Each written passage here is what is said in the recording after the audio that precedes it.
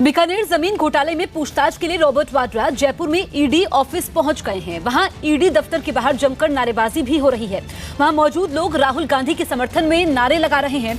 21 जनवरी को राजस्थान हाईकोर्ट ने रॉबर्ट वाड्रा और उनकी मां मॉरीन वाड्रा को उनकी कंपनी स्काईलाइट हॉस्पिटैलिटी की ओर से खरीदी गई जमीन के सिलसिले में पूछताछ के लिए ईडी के सामने पेश होने के आदेश दिए थे।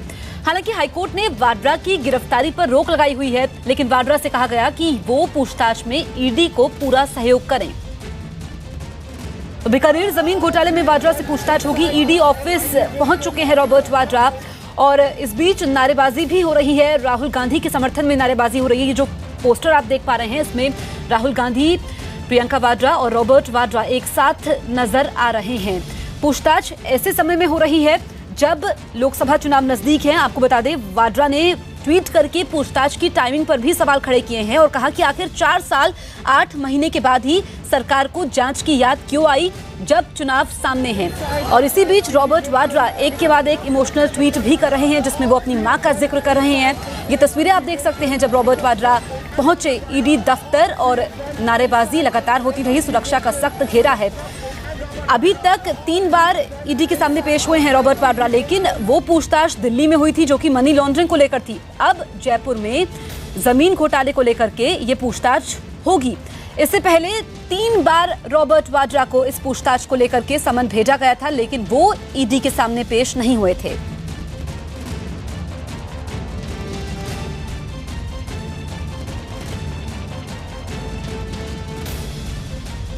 और हमारे 3 सहयोगी हमारे साथ लाइव मौजूद हैं। जयपुर के राजमहल पैलेस होटल से भवानी सिंह, जयपुर में ईडी दफ्तर से आनंद तिवारी और लखनऊ से अरुण सिंह। सबसे पहले हम आनंद के पास चलते हैं। आनंद, क्या हलचल इस वक्त आप देख पा रहे हैं और कितने बजे पूछताछ शुरू होगी?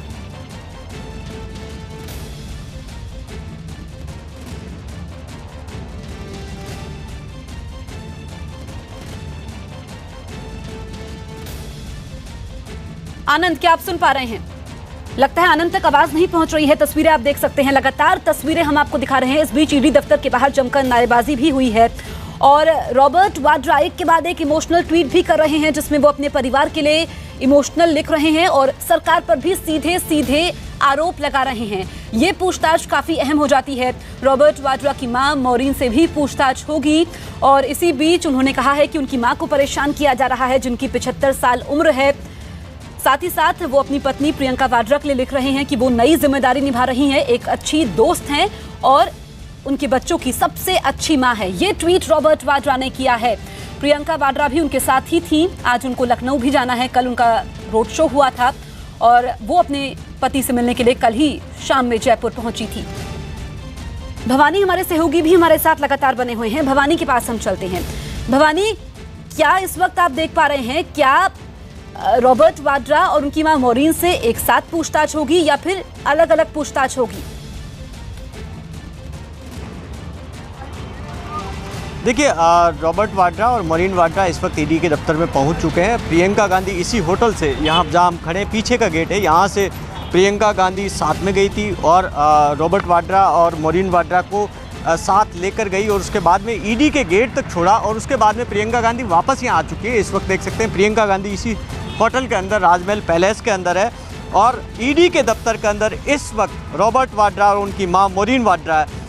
55 करीब सवाल है जिनकी एक लिस्ट बनाई गई है और रॉबर्ट वाड्रा और मॉरीन वाड्रा से दोनों से पूछताछ की जाएगी। पहले रॉबर्ट वाड्रा से पूछताछ की जाएगी क्योंकि मॉरीन वाड्रा, ये समझना होगा, जो स्काईलाइट हॉस्पिटैलिटी कंपनी है उसके अंदर मॉरीन वाड्रा बाद में आई है।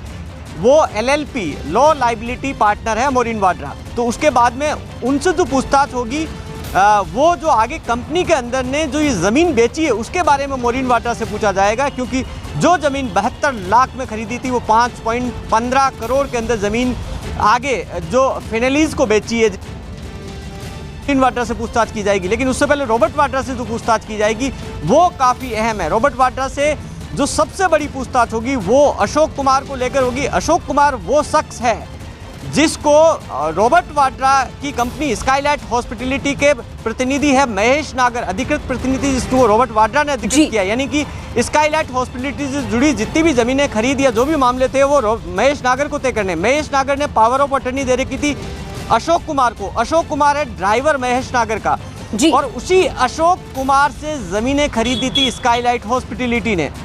बिल्कुल तो पूरा इस घटनाक्रम पूरे आप मसले बता रहे हैं भवानी। कई मुश्किलें सारे बढ़ सवाल गई है रॉबर्ट वाड्रा और उनकी मां की। आप हमारे साथ बने रहिए, हम लखनऊ चलते हैं अरुण सिंह के पास। अरुण, भवानी से हम पूछताछ कर रहे थे, पूरा मामला उन्होंने समझाया, लेकिन अगर हम रॉबर्ट वाड्रा की बात करते हैं, प्रियंका वाड्रा की बात करें, तो रॉबर्ट वाड्रा एक के बाद एक इमोशनल ट्वीट कर रहे हैं जिसमें वो प्रियंका को अपना अच्छा दोस्त बता रहे हैं, साथ ही साथ सरकार पर भी निशाना साध रहे हैं। देखिए, निश्चित रूप से रॉबर्ट वाड्रा के साथ जो पूछताछ हो रही है उसका आफ्टर इफेक्ट जो है वो प्रियंका गांधी वाड्रा, जिनको हाल ही में कांग्रेस का महासचिव बनाया गया था, उनके ऊपर पड़ रहा है। देखिए कि प्रियंका गांधी वाड्रा को जयपुर जाना पड़ा। मैं इस वक्त कांग्रेस दफ्तर जो लखनऊ में उसकी तस्वीर दिखा रहा हूं आपको। कल जब शाम को यहाँ पर वो आई थी राहुल गांधी के साथ, तो ये रेनोवेट हुआ है नेहरू भवन, इसका उद्घाटन किया था। इसके बगल में मीडिया रूम बना है, उसका उद्घाटन किया था और उनको रात में यही रुकना था ताकि आज सवेरे 11 बजे से उन्होंने समय दिया था। लगभग 1 दर्जन लोकसभा सीटों के जो भी कंसर्न लोग हैं उनको बुलाया था, जो चुनाव लड़ चुके हैं, चुनाव लड़ना चाहते हैं, पदाधिकारी हैं, उनसे बातचीत करनी थी। और कहा यह गया था कि 1-1 घंटा समय दिया जाएगा सारी लोकसभा सीटों पर ताकि अच्छा उम्मीदवार चयनित हो सके। लेकिन प्रियंका गांधी वाड्रा इस वक्त जयपुर में है, अभी वहां से निकली नहीं होटल से, तो परिवार और पार्टी के बीच संतुलन साधने में मुश्किल हो रही है। और रॉबर्ट वाड्रा के साथ जो कुछ भी हो रहा है, ईडी की पूछताछ हो रही है, निश्चित रूप से प्रियंका गांधी वाड्रा का ध्यान जो है दो तरफ है। एक तरफ नहीं है अकेले ईस्ट यूपी, जो बहुत ही मुश्किल टेरेन माना जाता है, जहां पर कांग्रेस को रिवाइव करना बहुत मुश्किल काम है, वहां की जिम्मेदारी उनके पास है, लेकिन समय अभी तक नहीं दे पा रही हैं। कहा यह जा रहा है कि आज आएंगी लगभग 12:30 बजे के आसपास और तब से लेकर देर रात तक, लगभग 12 बजे रात तक उनके यहाँ रहने का प्रोग्राम है। एसपीजी जो सुरक्षा कर्मी हैं उनके वो आ गए हैं। ये जो दूसरा माला है, अगर ये 10 माल एवेन्यू जो नेहरू भवन उत्तर प्रदेश कांग्रेस कमेटी, इसमें दूसरे माले में स्पेशल रूम बनाए गए हैं 2, एक प्रियंका गांधी के बैठने के लिए और दूसरे में बैठक करने के लिए। तो वहां पर जो पार्टी के लोग हैं उनका आना शुरू हो गया है यहाँ पर, लेकिन प्रियंका गांधी का इंतजार वो सब लोग कर रहे हैं। बिल्कुल, प्रियंका गांधी का इंतजार हो रहा है। भवानी से हम पूछ लेते हैं। भवानी, आपने बताया कि प्रियंका होटल के अंदर गई हैं, कितनी देर बाद वो लखनऊ के लिए रवाना होंगी?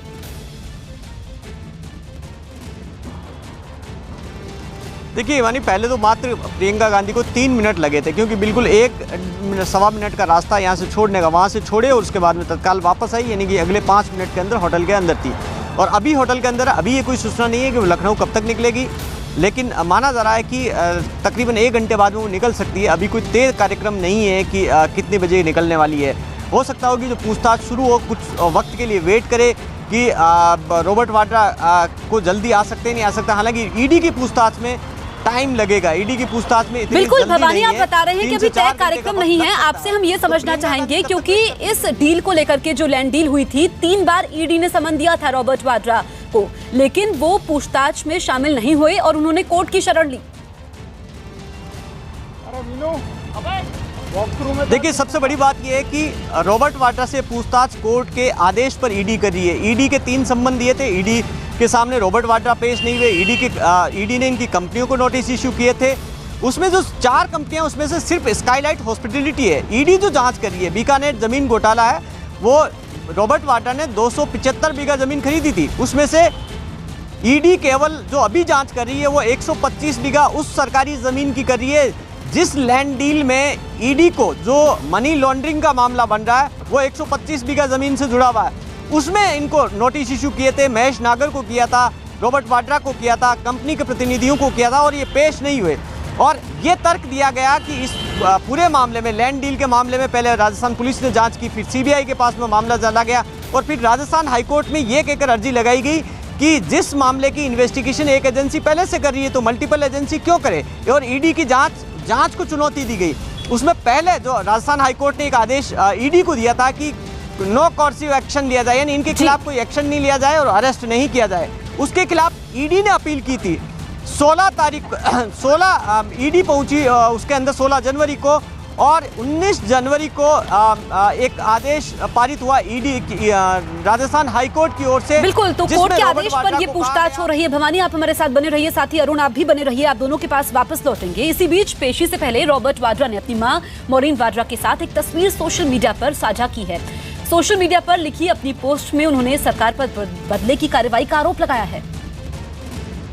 वाड्रा ने अपनी पोस्ट में लिखा, तो मैं और मेरी माँ ईडी के सामने पेश होने के लिए जयपुर पहुंच गए हैं। मैं समझ नहीं पाता हूं कि बदले की भावना से भरी हुई सरकार कितना नीचे गिरेगी कि वो एक वरिष्ठ नागरिक को भी परेशान करने से नहीं चूक रही है, जिसके बारे में दुनिया जानती है कि उसने अपनी बेटी को कार दुर्घटना में खो दिया, अपने बीमार बेटे को डायबिटीज की वजह और अपने पति को भी बीमारी से खो दिया।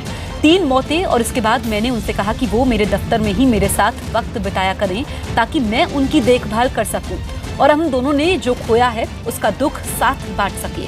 और जो वक्त उन्होंने मेरे दफ्तर में मेरे साथ बिताया उसके लिए अब उन्हें आरोपी बनाया जा रहा है, उन्हें फंसाया जा रहा है। क्योंकि मुझसे ईडी के दिल्ली के मुख्यालय में पूछताछ हो चुकी है, अगर इसमें कहीं भी कोई गैर कानूनी बात होती जिसे सरकार ने पाया होता तो उसने कार्रवाई करने के लिए 4 साल और 8 महीने क्यों लगाए और मुझे आम चुनाव का प्रचार शुरू होने से ठीक 1 महीने पहले क्यों बुलाया। क्यों वो ये सोचते हैं कि देश की जनता बेवकूफ है और वो ये नहीं समझ सकती कि ये एक चुनावी हथकंडा है। जैसा कि मैंने हमेशा नियमों का पालन किया है और मैं एक अनुशासित व्यक्ति हूँ, तो मैं कितने भी घंटे की पूछताछ सह सकता हूँ। मेरे पास छिपाने के लिए कुछ नहीं है। मैं हर सवालों का जवाब पूरी गरिमा और इज्जत के साथ दूंगा। ये भी बीत जाएगा और मुझे ज्यादा मजबूत बनाएगा। जो भी किसी के साथ बीतता है वो वापस भी आता है। भगवान हमारे साथ है। ना स्काईलाइट के खिलाफ ना किसी और मलकियत के खिलाफ जिससे मिस्टर रॉबर्ट वाड्रा का ताल्लुक है, किसी के खिलाफ चार्जशीट फाइल नहीं हुई। जब सीबीआई ने इंक्वायरी की तो भी यही नतीजा निकला।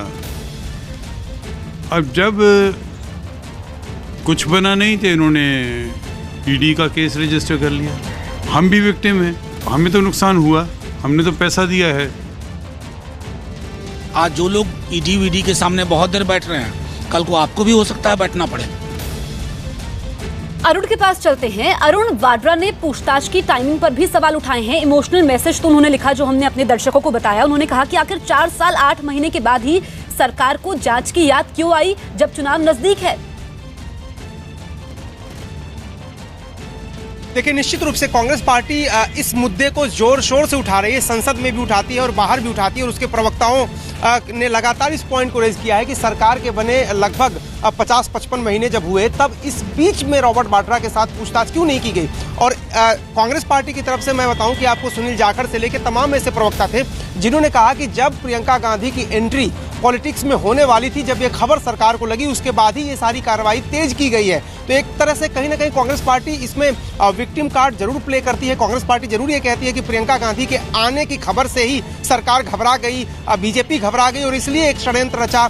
ये कांग्रेस का आरोप है बीजेपी पर कि वो रॉबर्ट वाड्रा के जरिए प्रियंका गांधी को प्रभावित करे। अब जैसे कांग्रेस पार्टी के लोगों का ये कहना था कि जब आप प्रियंका गांधी को डिस्टर्ब करना चाहते हैं तब आप रॉबर्ट वाड्रा के साथ जो सख्ती शुरू कर देते हैं, पूछताछ शुरू कर देते हैं। और उसका असर भी देखिए कि इस वक्त जब मैं आपसे बात कर रहा हूं, प्रियंका गांधी को लोकसभा के सीटवार समीक्षा करनी थी, बिल्कुल, और यही वो सवाल है जिसका सामना भी प्रियंका वाड्रा को करना होगा। अरुण, आप नजर बनाए रखिए, अपडेट आपसे लेते रहेंगे। फिलहाल शुक्रिया आपका। साथी भवानी, आपका भी बहुत बहुत शुक्रिया।